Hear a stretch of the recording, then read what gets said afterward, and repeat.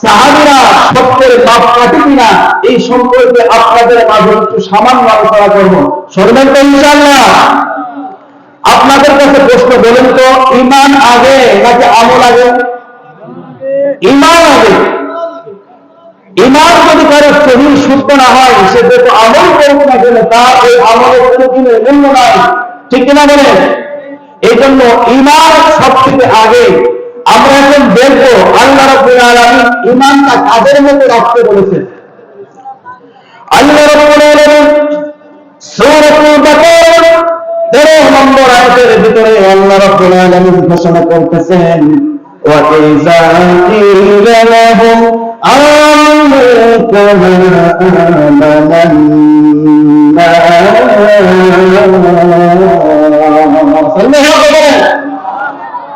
আল্লাহ রাব্বুল আলামিন বলতেছেন আমিনু, আল্লাহর ওয়াদা। যারা এই আরবি গ্রামার বোঝেন যে তারা বুঝতে পারবেন এটা হলো আমলের সিগা। আল্লাহ রাব্বুল আলামিন ওয়াদা করেছেন আমিনু, তোমরা কি করো?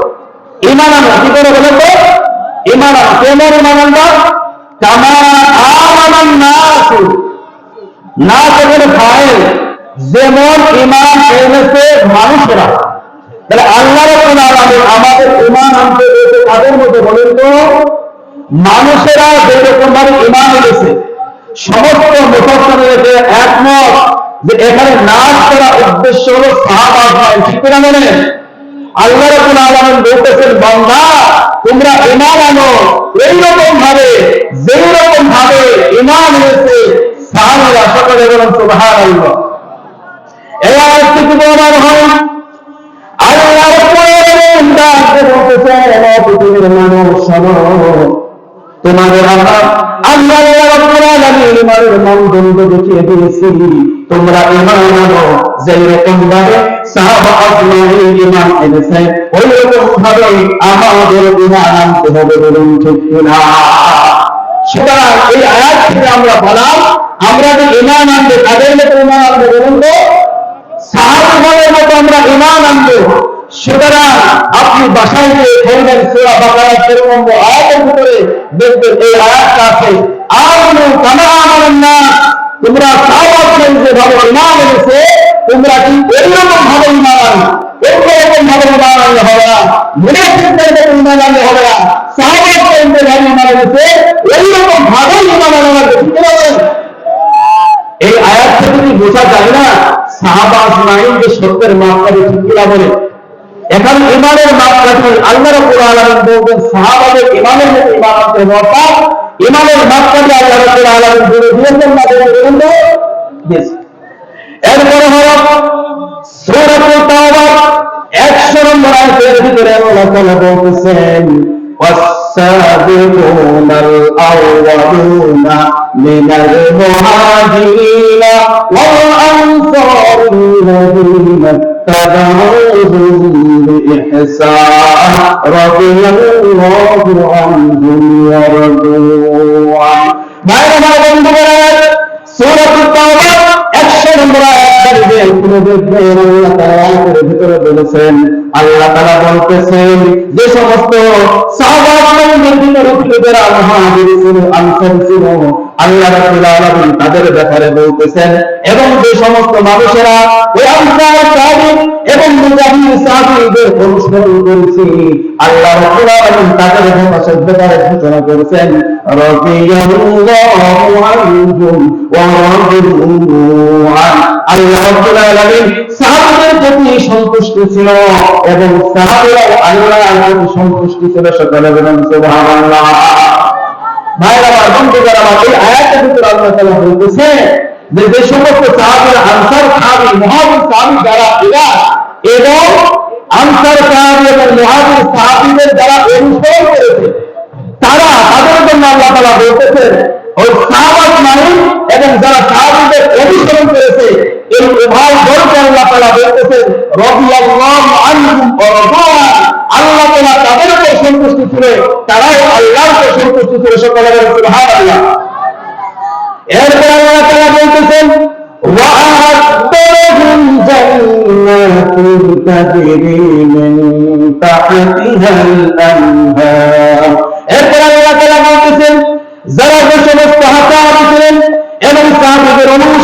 বলছিলেন আমরা আল্লাহ রাব্বুল আলামিন তাদের জন্য একটা জান্নাত বানিয়ে রেখেছি, যে জান্নাতের তলদেশ দিয়ে নহর প্রবাহিত হবে। সকলে বলুন সুবহানাল্লাহ।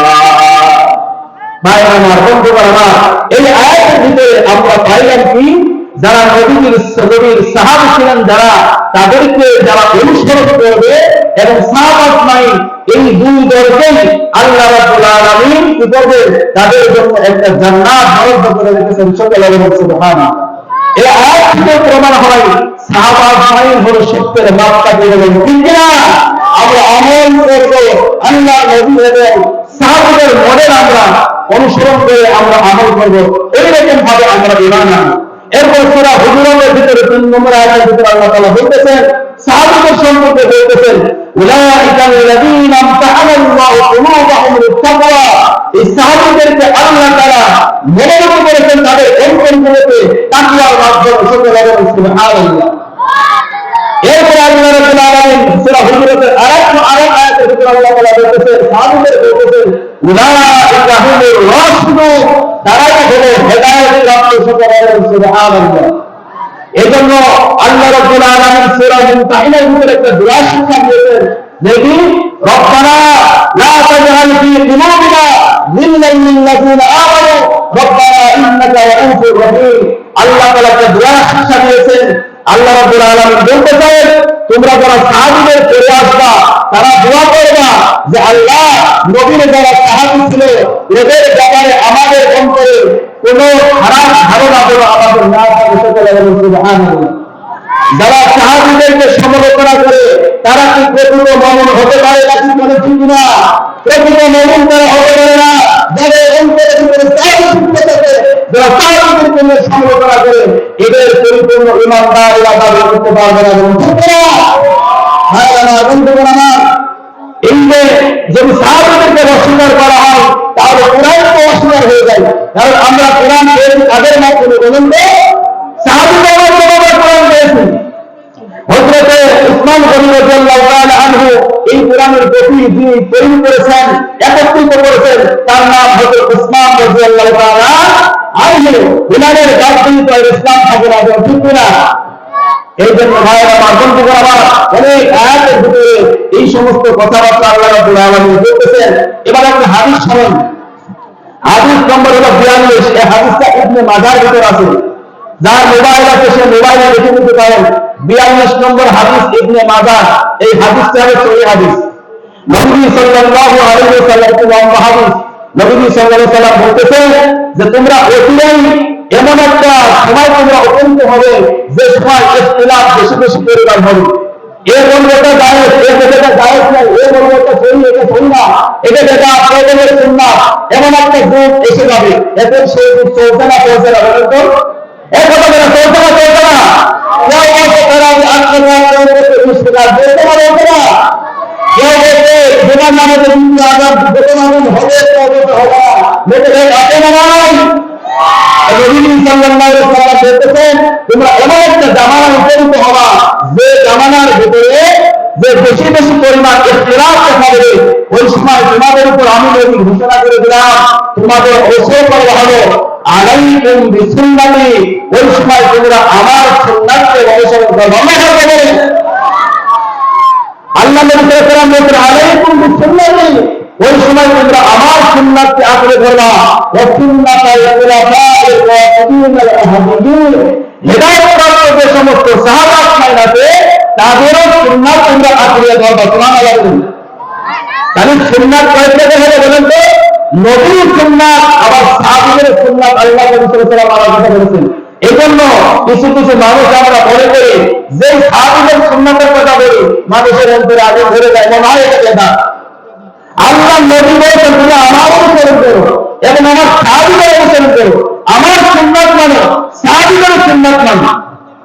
সুতরাং যারা সাহাবীদের সুন্নাত মানে যাদের গায়ে চুল পরিমাণ, এদের মলম দেওয়ার মতো কোনো ব্যবস্থা ঠিক না? ভাই আমার, বন্ধুগণ আমার, আল্লাহ সাহাবী হযরত ওমর ফারুক রাদিয়াল্লাহু তাআলা আনহু 20 রাকাত নামাজ তারাবির নামাজ পড়ে গেছেন। এরা হলো আপনাদের বিরোধিতা। হযরত উসমান রাদিয়াল্লাহু তাআলা আনহু জুমা নামাজের প্রথম আযান চালু করে দিয়েছেন। এরা হলো আপনাদের বিরোধিতা।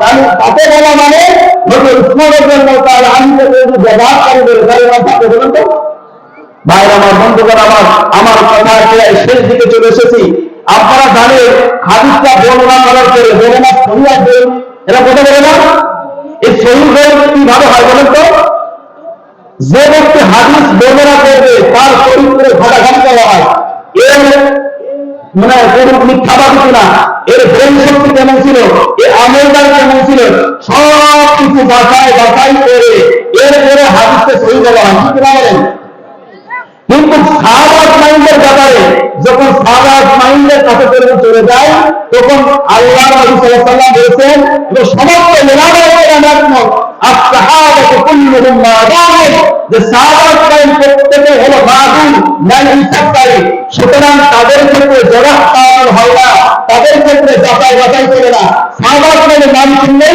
মনে করতে হবে হক তোমাদের বলেন সমস্ত ওলামায়ে আহলে সুন্নাহ ওয়াল জামাত একমত আসহাবাতু কুল্লুহুম মা'দুন প্রত্যেকটা সাহাবা ইনসাফকারী সুতরাং সাহাবার নাম আসার সাথে সাথে এর ক্ষেত্রে জবাব পাওয়া যাবে না সুতরাং আমরা এই হাদিসের আলোকে এবং কোরআনের আলোকে আমরা জানতে পারলাম সাহাবা আজমাইনদের পথ আমাদের অনুসরণ করতে হবে নবীর পথ অনুসরণ করতে হবে রাজি আছেন ইনশাআল্লাহ রাজি আছেন ইনশাআল্লাহ আল্লাহ তাআলা আমাদের সকলকে তৌফিক দান করুন সকলে আমিন যারা সাহাবীদেরকে বিদ্বেষ পোষণ করেন ওরা এগুলো প্রকৃত মুমিন হতে পারে আল্লাহর কাছে দোয়া করতে আল্লাহ সাহাবীদের সম্পর্কে কারো অন্তরে যেন বিন্দুমাত্র বিদ্বেষ যেন আমাদের অন্তরে না থাকে আল্লাহ রাব্বুল আলামিন আমাদের সকলকে কবুল করে এবং আমাদের কোরআন সুন্নাহ অনুযায়ী যেটা সঠিক সেটাই আমাদের মানার মতো তৌফিক দান করেন যারা সাহাবীদেরকে